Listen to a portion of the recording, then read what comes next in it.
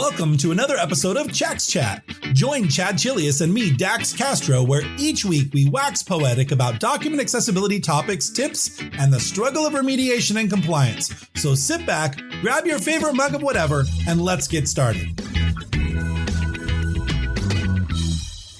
Well, welcome everybody to the Chax Chat podcast. My name is Chad Chilius. I'm a Adobe certified instructor, Adobe certified expert, and accessibility wizard here at Chax Training and Consulting. And my name is Dax Castro. I am the other accessibility wizard here at Chax Training and Consulting. And Chad and I are both certified as accessible document specialists. And if you'd like your certification too, head on over to accessibilityassociation.org and click on certifications to learn more about the ADS, the WAS, and the CPAC, right? The general accessibility training for mostly managers and kind of people who want high-level stuff. So good stuff. Chad, I was out chasing comets this morning. Like at 2 in the morning, I was on a bluff at Emigrant Gap overlooking the snow-covered mountains because it had just snowed like 2 feet. And I'm waiting for the sun to rise, but I'm waiting for this comet to come right before the sunrise. And so I had just a small window to capture this comet. And mission successful. I got it. I'm all good. But I'm ready to take a nap after this podcast for sure. Yeah, so. I'm sure. Yeah. Well, a friend of mine posted a photo that she took. She captured this crazy thing in the sky over here where we live, in Pennsylvania. And it turns out it was the Starlink launch that they launched 20 new satellites or something like that. Yeah, they're called satellite trains, and we see them all the time. There are actually people who hunt them, and you can look up when they're going to launch them. And what happens is they launch them all in one shot, and as they start to get out into space, they get farther and farther apart. So at some point, they almost look like Santa's sleigh with these little starlings all like in a line. It's the craziest thing. It's really, really cool. It was wild. I mean, I saw the photo. I'm like, where did she take that? And it was literally right in my backyard. But well, good. Dax, I think your California weather is coming to the East Coast, right, Judy? Because it's supposed to hit like the 90s later on this week, which is for April. That's crazy. It's way too early for it to be that hot. I feel like it always is that hot at tax day. Yeah, right. Absolutely. Too. So I think it's always around tax day that it's this hot, and then it cools back down. So I'm just like, it's tax week. So. Yes. Well, we spilled the beans. We have a guest today. Chad, go ahead. Yeah, we want to introduce our guest for today. Judy Risch comes to us. She's a fellow Philadelphian, and Judy and I live, relatively close to each other. But Judy and I met. Judy, I think we met at a conference a couple of years back or something like that. And we became fast friends, and we just kept in touch, and we continue to see each other. We saw each other at CSUN this past year, and, we just really enjoy, connecting.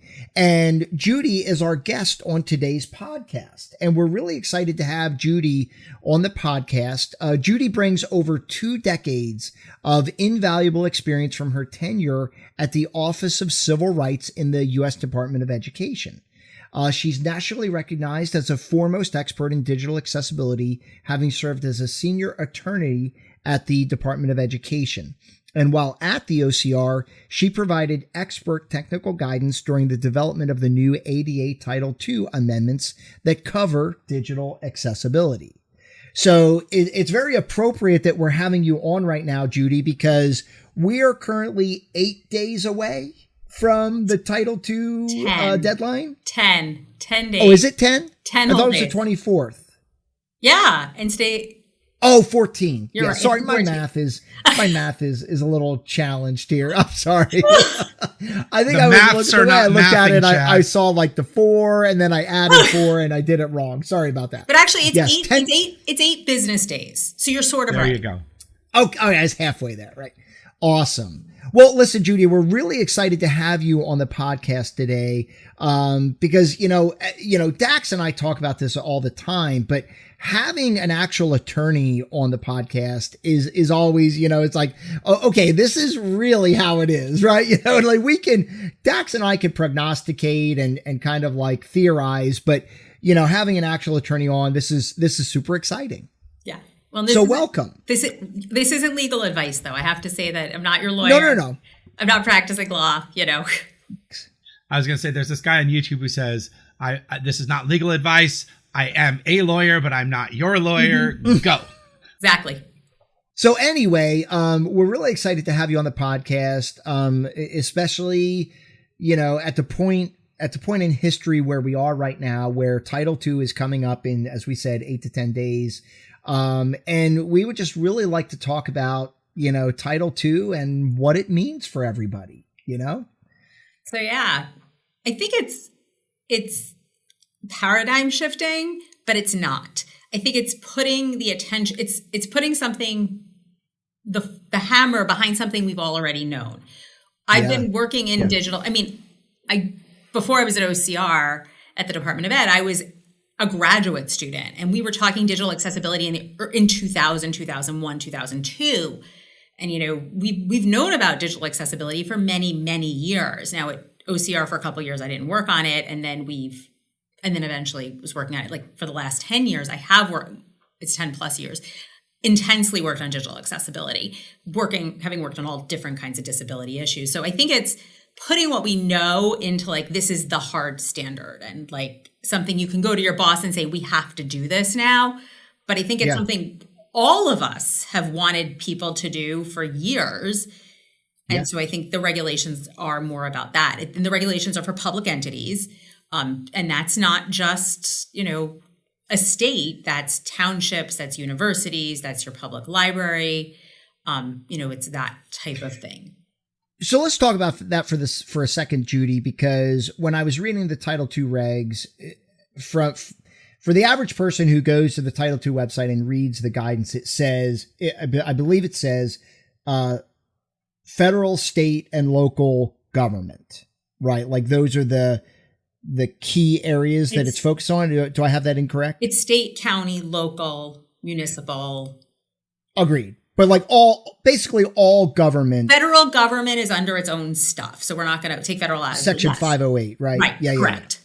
But so state, county, municipal, right? All government entities need to follow this guideline. I was just going to say village of Downers Grove. Village, where borough, we just did some training for village of Downers Grove. Like I grew up in a borough, right? And there's a village right next to me, right? So,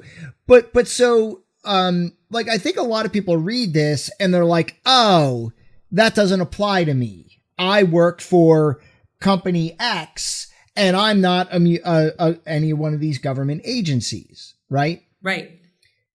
But the reality is those agencies are often our clients, right? And if you do work at any level for any of those organizations, I call it like the 6 degrees of separation, right? Within accessibility, right? Because it's really hard to avoid it, right? Or skirt the issue because you're going to be connected in one way or another more than likely. Right. And one of my favorite clients, because you always have a few favorites, that. My favorite clients is like a nonprofit that just serves university education stuff. And they were told by people, oh, you don't have to worry about this. You don't have to worry about it. And then they were like, wait. And, a handful of time before the deadline, they realized this. Now they're in good shape and they've mostly vendored products. But I think, they're serving universities. And so it's all that vendor stuff that's there. And because universities are often getting funded by the state, right? That's how the universities are connected to this. This applies to public universities. So they're part of right. The public universities, yes. We should talk about there's Section 504, but we have Section 504 for the EDU. Yeah. Right. I mean, there's still, like, when I was at the Department of Ed, we were working with public and private without these regulations. Because if you forget regulations, if you read the statute, like go back and read that Section 504 or Title II of the ADA statute, your program, service, or activity cannot discriminate based on disability. Right. I have an online whatever program. That's a program. You can't discriminate based on disability. It means it needs to be accessible. That's why, like, these regs, I think, are really important because they're giving us like a hammer, but it's something we've all known for years we need to be doing. I think the hard part, though, is really the shift for, like, I think in the EDU world, right? Teachers, we hear, this is the thing no one wants to talk about. The opinion of most teachers that I've talked to, and I will not name any names, they have said, look, I do enough that I don't get paid for, let alone learn this accessibility stuff. I'll let someone with an IEP figure out how they're going to deal with whatever I'm giving them, but I'm not learning how to make my documents accessible. And the barrier is they're used to taking screenshots of tables and dumping them into their Canvas LMS. And now that they've got to have to understand what structure is and how to make a table accessible, and why can't I just grab the screenshot from my tried and true tested way I've always done it, that's a huge shift. And it's been resistance. Yeah. Well, and listen, like, and I'm going to talk about this. I have to be careful about it. But somebody that I know very close to me who is a teacher, you know, she is having to, you know, create content. And the powers that be are like at the very end adding the statement, oh, and by the way, remember, it's got to be accessible, right?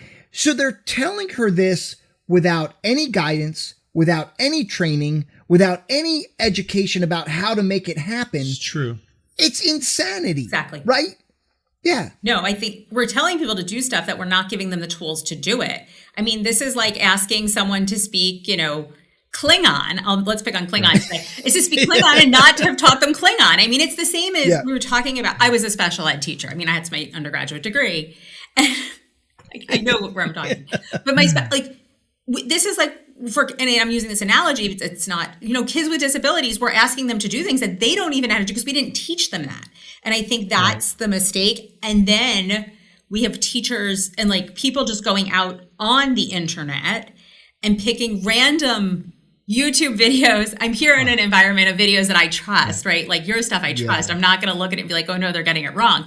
But like you Google this and, you know, you look up the topic and you're like, okay, I'm going to look at the first video, and that video is giving me inaccurate information. So the other big thing is the misinformation about digital accessibility that's out there is just wild at this point. I mean, it's the frustrating part of this that Dax and I talk about all the time, right? And it's almost detrimental to people to try to figure this out on your own because they get led down these rabbit holes and they develop these habits that are just completely wrong, right?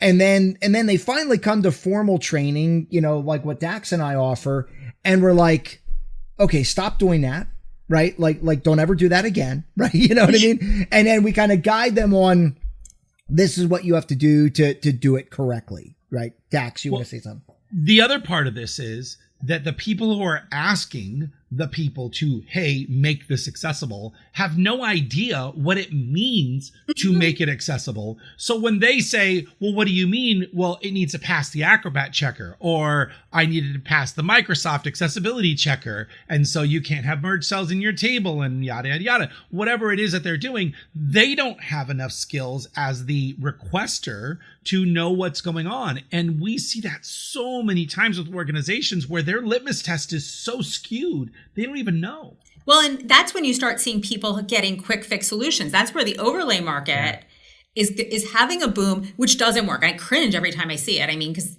I've been deeply involved in the testing part too. It like those over, I'm gonna for $1,000. I mean, at this point, people are like, even for $50,000, if you'll tell me it'll fix all your problems instantly without me having to do anything, it's like, I'll take it. Because they're just so, and they don't even know what they're doing is wrong because they truly want to do what's right. And it's not It's just they can't do it because they don't have the subset requisite skills. And that's what I really try to focus on, educating people. And I know it's overwhelming and teachers are overwhelmed and things like that, but it's small steps. It's like, don't let perfection be the enemy of the good. It's just start somewhere, do something. Don't go back and fix all your old PowerPoint. You need to technically, whatever. But like, don't go back and fix them. Do what you're making today. Let's make sure we do that right. And then over time, we'll go back. Or when we have a break in the summer, we'll spend an hour a day or something on it. Like, I think we need to be looking at more. Perfection isn't, I mean, perfection is the goal, but we're nowhere near perfection. No one's going to be perfect at this point. And we are three peas in a pod, because like, if you've listened to any of our previous podcasts, Dax and I will say that all day long, right? It's like, you don't have to be an expert, right? And like, people have this Title II looming over them and they're like, oh my God, what am I going to do? It's like, stop, take a beat, right? Let's get some training. Let's teach your people how to do this, right? And starting from this day forward, it's going to be better. It will be better than what it was before you did that. Let's not think about all of the legacy documents you have, right? That's a tackle for another day. Mm-hmm. But for now, let's make progress, right? Let's actually put our first foot forward, or whatever that phrase is. Put our best foot forward. Best foot forward. Thank you, Dax. and just like make good progress moving forward. And that's really what we try to encourage our clients to do. And that's what, even like, I know we're talking, the public entities have 10 days, right? And that's where it is. I am at the point where I'm like, no, this needs to be a wake up call for everyone. I don't care who you are, because this is the time to be thinking about it. Like, look, I'm going to own this. These regs, because I was still in school, so I get to be that way. These regs are 25 years too late. If we had did this when they did 508 back in 99, 2000, 2001, we would be in a totally different position. But we have 25 years of content, really 40 in some instances, because some of the library databases are so big. But 25 to 40 years of content we've got to remediate. It's not happening overnight. So we just have to start somewhere, and don't get hung up. Like, people, and you were just saying that, like, what about this or what about that? It's not, don't get hung up on that. Find something, start somewhere. And by the time you get good at the basics, you'll be ready to tackle the big stuff. And Judy, you could correct me if I'm wrong, and maybe I should not be making this statement, right? But in light of our current situation, right? Like, the idea that the Department of Justice has an army of people that they're ready to send out into the world to enforce these guidelines is kind of like, not really reality, right? You're correct. But OCR at the Department of Ed still has the digital accessibility team. So they are there as an entity. They are still there. And it's not about the federal enforcement. Like, I'm worried about federal enforcement, but I'm worried about two other things. Private litigation. We've seen in the private entity space those drive-by litigations. And in the same states, the California and New York, where the damages are worth it, they're also worth it in the public sector. So I'm worried that that's the private litigation. And we don't know what touches which state, because this is online. So it's a little different. So like, I don't want to get into it, but like, there's that piece of it. And also there's the piece of me that really, why I get out of bed every morning and go to work, is because I care about people with disabilities. And I talk to clients, and I have new clients who are like just starting their journey, and they're going to be out of compliance, and we own it. And it's judgment free on that part, that you're out of compliance. I'm not happy about it, but I'm going to live with that, and I'm not going to judge you for that. The only time I judge is when a person with a disability is standing at the door saying, hey, I want to take this class, or I want access to this document. And you say, you know what? Come back in 6 months when I'm ready for you. That is when I care. And the problem is the inaccessible digital content we've had has led to that outcome over the years, or people just being told to go away. And that is unacceptable to me. So we need to be working on moving forward to being able to provide that access. It's about equity. And yes, no one's standing in front of you today that you know of. So I think that what's interesting is that people need to be thinking about the gist of Title II is that for so many years,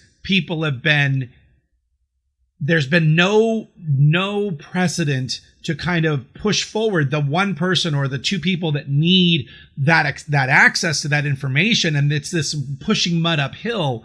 And now Title II, I think what Title II does afford is it gives a platform and a shield for people who have been pounding on the doors of agencies, whether that's government or EDU or other sectors, to say, look, I've been saying this. I need this now. And here's this big stack of rules that says you've got to do this. And what somebody else told us is that the sad truth is that there are still a sector of entities who will say, sue me. It's cheaper to do the litigation than it is to fix it. And Chad and I, where we come in, is we say, look, we want to teach you to fish. We don't want to remediate your documents. We want to show you how to use these programs. I was just at a conference this weekend, and we were just talking about this very thing, about how this person had been dumped into their job, and they were a teacher, and they had to deliver something as a PowerPoint presentation. And they were like, look, I don't do PowerPoint. I don't even know how to use PowerPoint. And so the teacher said, well, everybody knows how to use PowerPoint, right?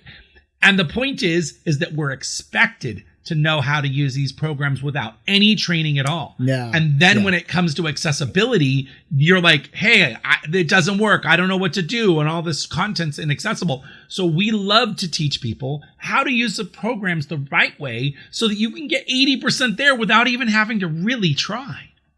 Right. And I think that's the goal, is really that I'm not asking for perfection. I'm asking for you to be thinking about it. Like, if you, as you're building a slide deck, if you're putting alternative text on the image, that is going to make a huge difference in the accessibility. And by the way, in the moment, you're remembering especially in a teaching situation, you're remembering your pedagogical purpose behind that picture and whatever. So that I 100% agree with you.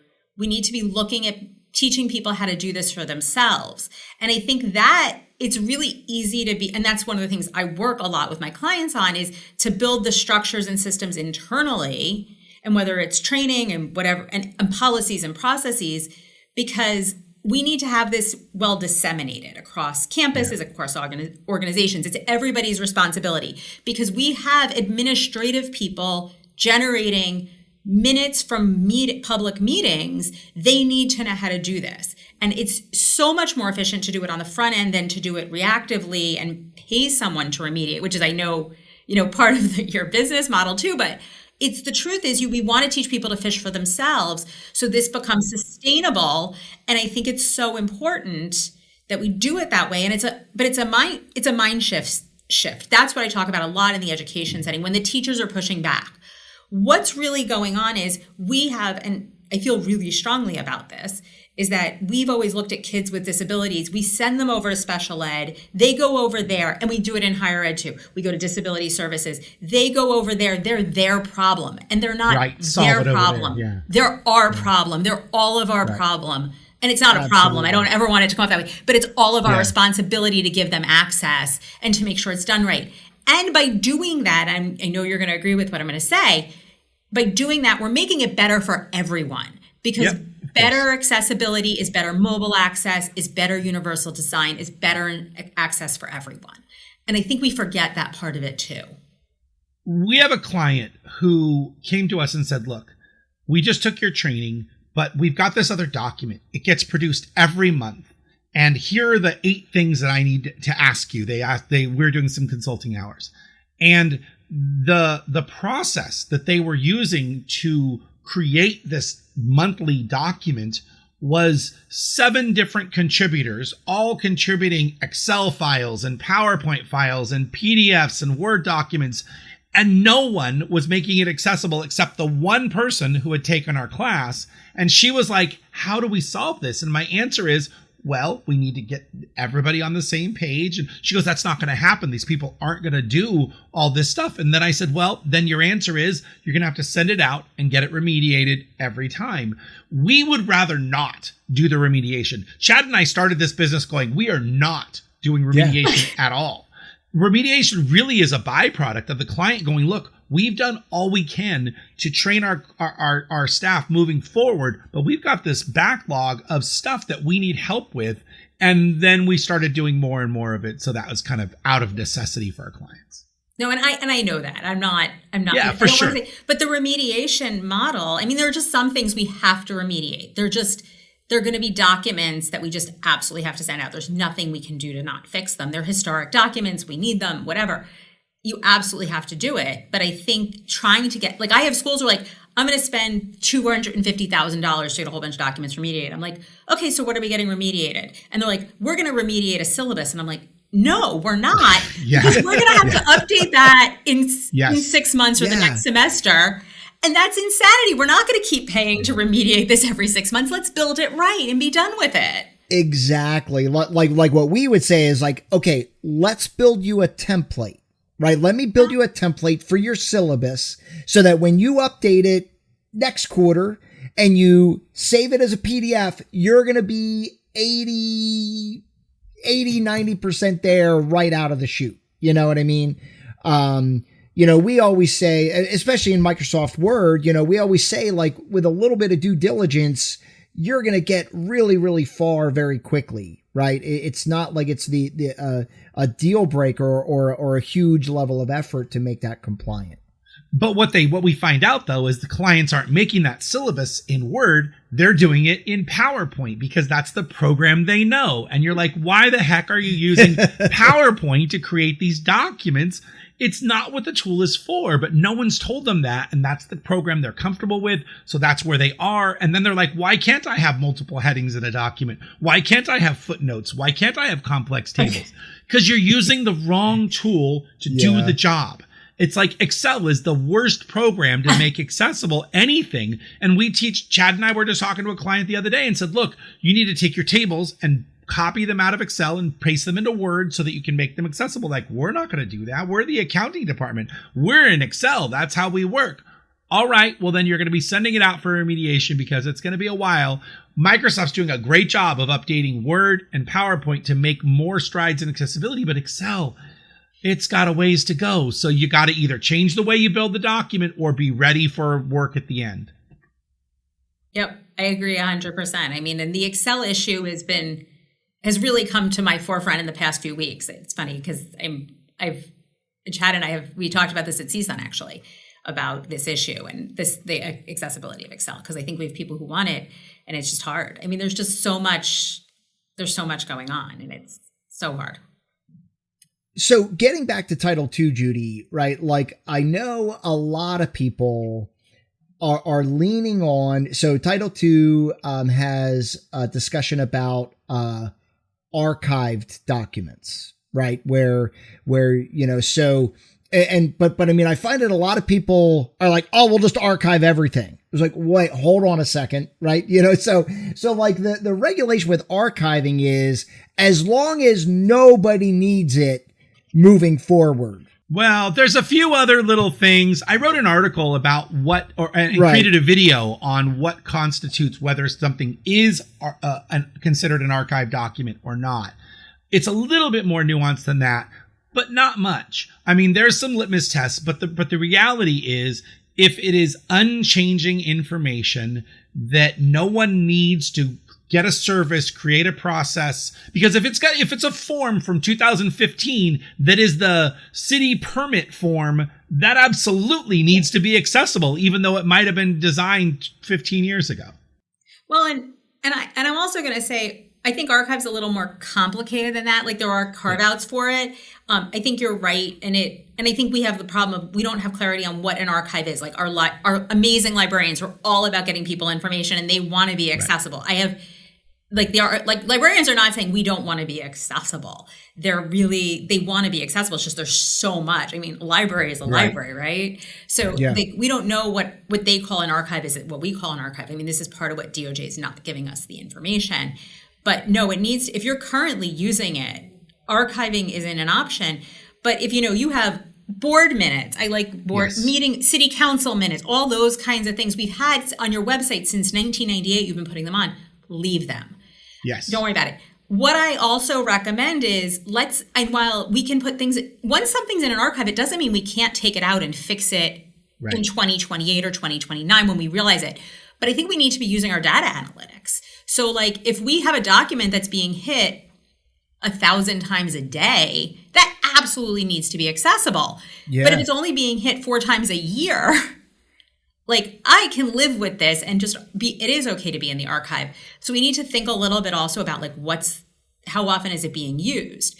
And so like but on old documents, I think we have a lot of leeway, but if we're currently using it in any way, shape, or form, like I work a lot in education, but I do other things too. But if it's we update the handbook every year, I don't need to do all the old handbooks. You need to do the current handbook.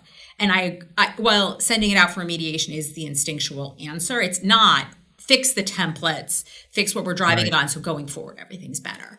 But I don't feel a need to go back and do every handbook we have on our website since, the 90s. Yeah. Well, and again, I mean, for a handbook, I mean, the only information in a handbook is what's current, right? So, last year's handbook, the minute the new semester came out, it was kind of like not really useful anymore. I mean, maybe for reference, I don't know, but I think that's where the organization needs to make that determination. And I think as we're talking, I want to say one other thing. There are 2 different provisions in the regulations that exempt. There are 2 different exemptions. There's an archive for HTML pages. There's an archive requirement. So those need to be in a specific area designated as an archive. Right. Then we have our documents exemption.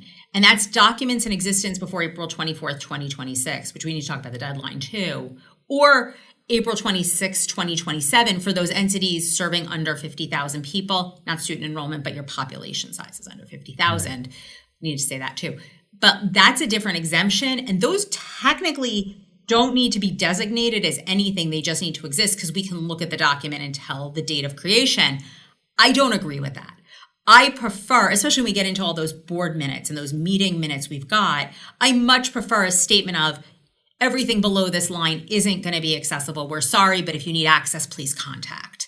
I think you're better off just acknowledging it and knowing, because then you know where it is. And then people have a really quick way of knowing it rather than like they open this document, it's inaccessible. Oh, wait, let me find the newer one because maybe that's accessible. That's a really hard user experience, especially for someone who's not seeing it. Well, and I think as an organization, you need to have the capability in place to make it happen when you get the request, yes. Right?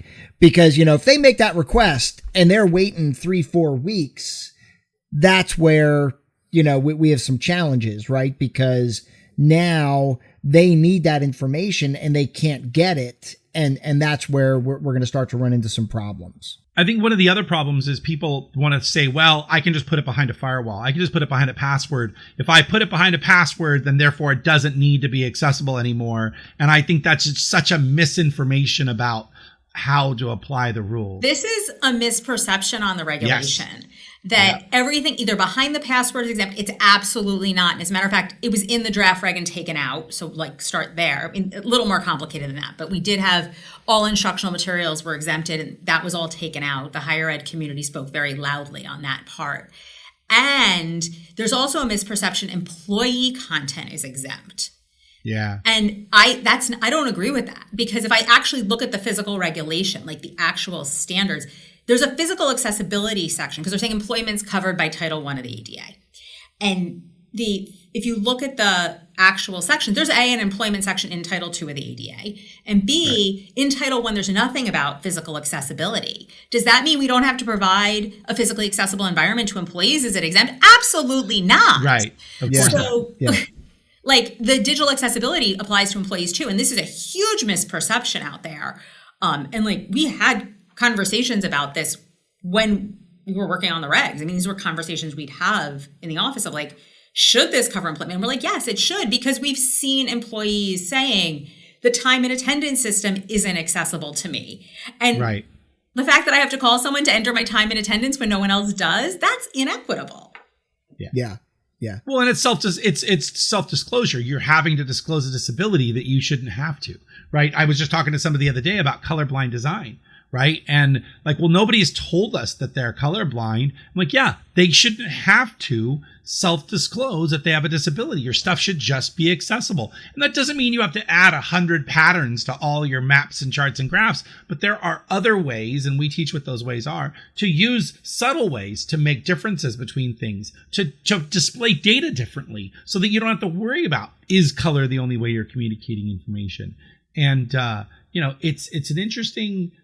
it's interesting when people without disabilities get they forget the perspective and they start to fall into I can just make a document for those people. And I'm like, ooh, you wouldn't just have a fountain for those people. You don't want a wheelchair drinking fountain and a non-wheelchair drinking fountain. You just need a drinking fountain. The regs actually considered this. They say conforming alternative versions are only usable when nothing else is really there. It's not agreed. And it's not an option. I think the one place I think that conforming alternative version is viable is virtual tours.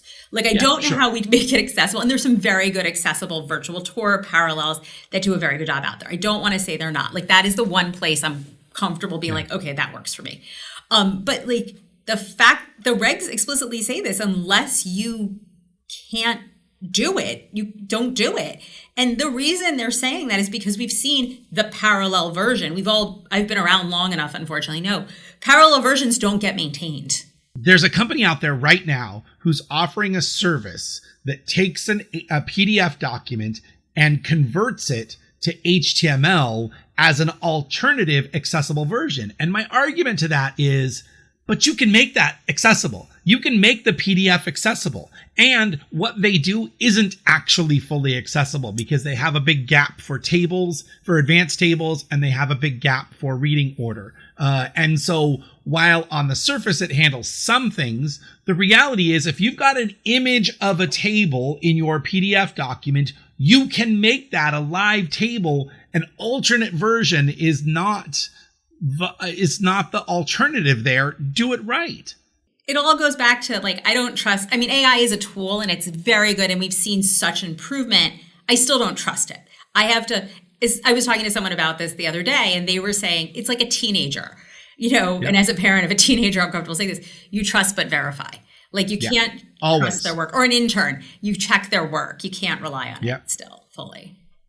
Nope. I know Dax and I have been talking to clients in the past, and they've said to us, well, we don't have anybody at our company that has a visual impairment. And we're like, are you sure about that? You know what I mean?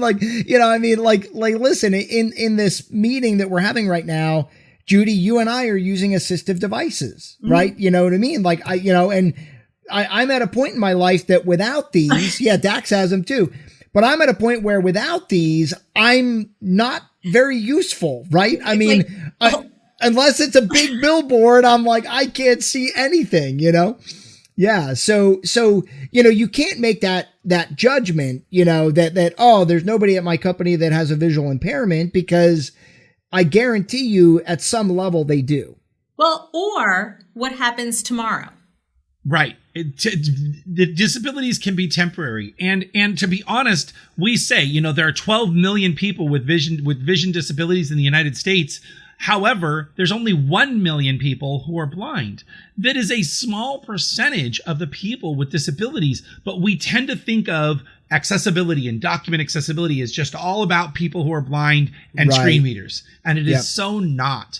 I have ADHD, I have dyslexia and dyscalculia, and so for me, structured headings and logical reading order and all those things help and benefit me, but I'm not telling every single person I know that you need to do your documents differently because of my disability. I don't wear it on my sleeve from that perspective, but I also know that if they would just make the document using good document hygiene, it would be accessible for me, and you don't need to jump through a bunch of special hoops. And in the education space, because the students are just so much more technically savvy every day. I mean, they just are. It is what it is. They're saying if a document, even a student without a disability, nothing, nor non-disabled student, clearly not, or not diagnosed or anything like that, they like the accessibility too, because they can take the lecture notes that you've given them, that is the PDF, and they can extract it into their own word processing document and do with it as they want and take notes more effectively that way. Because that's how they're being trained from elementary school, is to take the lecture notes that you're given and fill it in, because that's what we do with technology. We can give you the access to that information. And if it's accessible, they have all the options. So yes, it makes it better for the students with the learning disabilities and those types of issues. And that's that was my focus when I was a teacher, was, the LD population and those types of disabilities. So it's a place close to my heart. But it makes everybody's life better. It's everybody's user experience better. It makes your mobile experience better. And I think we forget that. I think it also, accessibility, and Chad and I can give you a ton of stories of this.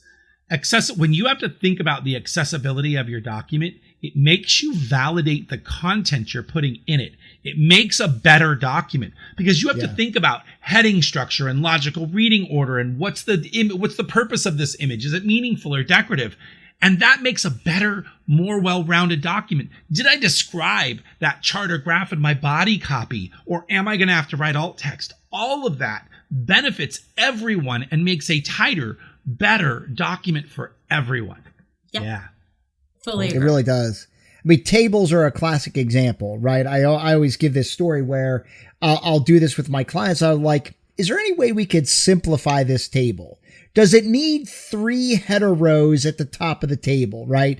And a lot of times they'll sit and evaluate it, like, oh, no, I don't think we do, right? It's like, yeah, that's exactly what I'm talking about. Let's simplify. Let's make it easier for everybody to consume that content. Yeah. Awesome, well, this has been great, Judy. Well, I'd love to. We talk one more thing, because we've got to talk. Yeah, I was just gonna say, I would love to give you the last word here and ask if there's anything we haven't covered that you think is something we should be discussing. So yeah, we do need to be talking about something. There's some there are 2 things we need to talk about, but there's some wildness in Washington and in the digital accessibility space on these regulations, and we don't know what's going on yet. And everything is stay the course. Don't change what you're doing. It's not, and even if something changes, we still need to stay the course, because this is the right thing to do. Right. With 10 days to implementation, or effective for a lot of entities. Now, the smaller entities have another year. There is some type of emergency rule going on potentially. Since early March, there have been some listening sessions that last week were all of a sudden summarily canceled, the remainder, though there were only 2 on the books. So I do know a few other people who were there. The listening sessions have been, I have multiple friends who participated. It's not just one. I have multiple people who went. They were, you made a phone call in. You called. It was a phone call. You actually had to dial in with your phone. It wasn't even a virtual meeting. Like, you couldn't even interact like we're interacting right now. You dial in with your phone, and you just got, basically read your script, and they didn't ask questions or anything like that. The first 2 meetings who kind of, it seems, brought this about were the League of Cities and the Minnesota League of Cities, and then the League of Counties, I think is the third one. And all of this is public. It's all on the web and things like that. Sure. And they're raising concerns. And one is this is gonna make you laugh. The Minnesota League of Cities, one of the arguments in their letter was like, we've spent $125 on Adobe Acrobat Pro, and that's unreasonable. Like, come on. You have to have Pro at this point. I know. Yeah. So there's something going on with the regs in Washington. Now we're 10 days away from implementation. How do you mess with the regs? And they're saying it's an emergency regulation, but these have been on the books since April of 2024. We've known about this. Actually, August of 2023, the draft came out for notice and comment, and there was a full and robust comment period. And we've heard undertones of, well, we didn't know about it. And this is news to us. And it's like, we all knew about it. Yeah, right. Well, everybody was hoping that the president at large would cancel it and strip it away. And even if they go away, it doesn't matter, because you've got Section 504 and Title II effective communication. It doesn't matter. Yeah. That's why I'm stay the course, because I think now we're with this emergency regulation that they're thinking about. There's no emergency here. So I think we're now setting ourselves up for a whole bunch of litigation. And so we could end up with a whole wild ride. And it's really important to be staying the course, because we all know nobody's going to be compliant in 10 days. It's not happening. So just if we get an extension, great, like fine, whatever. It's not going to change anything. We're going to all it can't delay this. So just stay the course. I really think it's important. And, that's that piece of it. The second piece of things that people aren't talking about is the Title II regulation and Title II requirements at the same time went into Section 504 at the Department of Health and Human Services.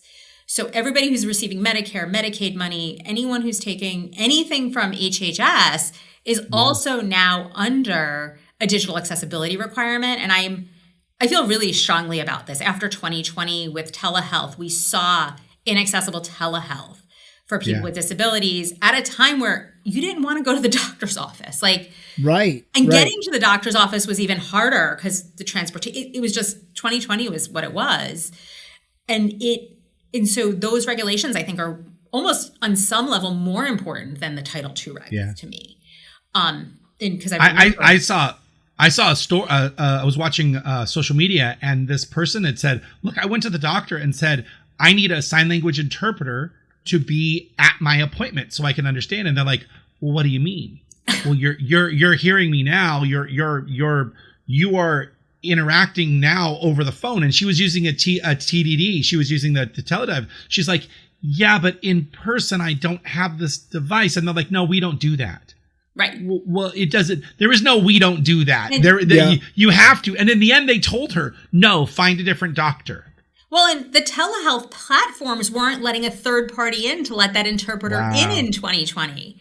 So we need to be thinking about this stuff. And I think it's really important. And so, I just want to remind everybody that the 504 HHS regs are there too. Yes. So we need to be paying attention. So that's why I'm at a place where I'm like, we just all need to be paying attention to this. It's not, it's coming. It's coming for you at some point. Yeah. We can't avoid it, right? I mean, there's no skirting this issue. It's here and it's here to stay. Well, and I think that eventually that we're going to go the way of Canada. This is just completely my own opinion, but I truly believe that in the next 10 years, we're going to see the AODA type rule set hit the United States. And I think as the presidential side of the aisle swings from one side to the other, because that's what makes this nation great, is it goes from ultra conservative to ultra liberal to back and forth and somewhere in between, that when we get to this other swing, we're going to see this thing. And I think people think it's bad now. Be ready, because in AODA, you as a manager can be sued personally for up to $150,000 for egregious, knowingly, trying to say, "Look, sue me, I don't care." Well, I'm not even sure that it's going to need to be a shift. We've seen, and there's one right now in the federal legislature, a bipartisan bill on digital accessibility. Now, it doesn't have great traction, but it's still bipartisan. I mean, this is not everything's political on some level, right? But this isn't political in the way other things are. Like the administration in the Title III space, the private entity space, has come out and said digital accessibility is needed. So I don't think this is something that's like, nobody's saying we shouldn't have digital accessibility. It's just how aggressive of our timeline should it be, I think, is the disputed kind of thing. And I think to some degree, we've already seen like the AODA-esque, right? Like with California, Colorado, right? Like that's a little bit AODA-esque, I think. I mean, I don't think they've been as heavy-handed, right? To your point, Dax, about, being able to sue at the personal level. But, California and Colorado, they've both come up with their own regulations that are specific to that state. And, they're enforcing it. Well, and what's interesting, and we're in Pennsylvania, like we had a bill that didn't go as far as the Title II regs. So it was like, what's the point? But that was in our state legislature since the Title II regs have come out. The state of Washington went ahead and has adopted something, and they adopted 2.2. So as I'm talking to people, I'm like, we really need to be thinking about going to skip 2. If you haven't done anything, skip 2.1 and go right to 2.2, because the state legislatures are going there. So, and I don't see there's that much difference anyway. It's just I was just gonna say you took the words right out of my mouth. There is almost no difference. People get caught up in these numbers and they're like, oh, we're only 2.0. Hey guys, there's 3 micro rule difference between 2.0 and 2.2 that impact documents. I think the biggest one that impacts people, this is for everybody listening, if you do forms, there is a rule about how close together a form field can be next to the next form field. And I think that is a huge impact for things like healthcare, who like to put 100 little tiny boxes all next to each other in their digital forms, because you have to have a 24 or 42 pixel border, a buffer zone around those, so you can't inadvertently click the wrong field. Right. Well, and even the hit area, Dax, right? They've defined the actual hit area that you need to have your button. What is it, 24 pixels or something? Yeah, that's like that? what I was just saying. Yeah. So I mean, like not only spacing between, but like the hit area itself. And again, that's just for benefiting everybody, right? Yeah. And I want to be clear though, like that even the Title II and the HHS regs both say like there's an exemption for minimal nonconformance. So like if it's supposed to be 24 and it ends up being 22 and it's not really impacting use, it's not a crisis. Now don't go ahead and just plan I'm going to do 22 because Judy said it's okay. It's not okay and don't do it. But accidents happen. And so I want to be really clear, like there's still like ways around it. Like, I mean, what I hope to be doing once everything goes into effect and more of my time is going into situations and being like, okay, this is minimal nonconformance. It's not impacting usability. I have that technical understanding because I've done the technical end, but I also have the educational pedagogical, and that intersectionality is harder to do. So I think we need to be thinking about that. Like there is still safe harbors and protections for us. If you're not perfect, that's why it's like, really try, like that it has to be 24 and that's too hard, so I'm not going to do it. Don't let that stop you. Well, and I think that we always, and I always tell people this in my sessions. I said, look, I am no lawyer by any means, but accessibility is about weighing risk. It is about looking at what you have to do. And if I've got 500 legacy maps that all have colorblind barriers because they use red and green and there's no way to tell the difference between all these, and these are maps from past projects that don't have an impact, that's not a big risk. But if I'm getting people to vote on a certain border or a certain project, and the only way at my town hall meeting is for you to see this colorblind version, that's a huge risk. And so you have to be able to weigh those risks out and make educated decisions about what to do. We want everything to be accessible, but there are certain things that have more of an inherent risk than others. Well, and I agree with you 100%. This is risk management. I was in MIT a while ago. I had left the federal government. And so I was still kind of figuring out who I was, right, and what I was doing. And so I was sitting in a session on cybersecurity because it does connect to what we do, believe it or not. And the person's like, we're never going to be 100% perfect. It's all risk management in cybersecurity. And I was like, that's digital accessibility, like too. Yeah. And it's all risk management. There are going to be places where we're not going to be compliant. And I think that's really important. And that's why it's like, I go back to this, I say it all the time, don't let perfection be the enemy of the good. Just do something. Start somewhere. Yeah. Well, and I'd love to give you the last word. We are at time here. We're just about an hour. Normally we go about half this, but this has been such a great conversation, Judy. Really appreciate this. We got to do this again. But if there was any one piece of advice you would give to people who are worried about this deadline that's coming up in 10 days, what would you tell them? So I have two pieces of advice. Of course, we're going to go double time now, right? First piece of advice is don't panic. When we panic and do things out of fear, that's when we make bad decisions. So let's take it down. We're not making the deadline. Like that's what it's going to be if you haven't done it.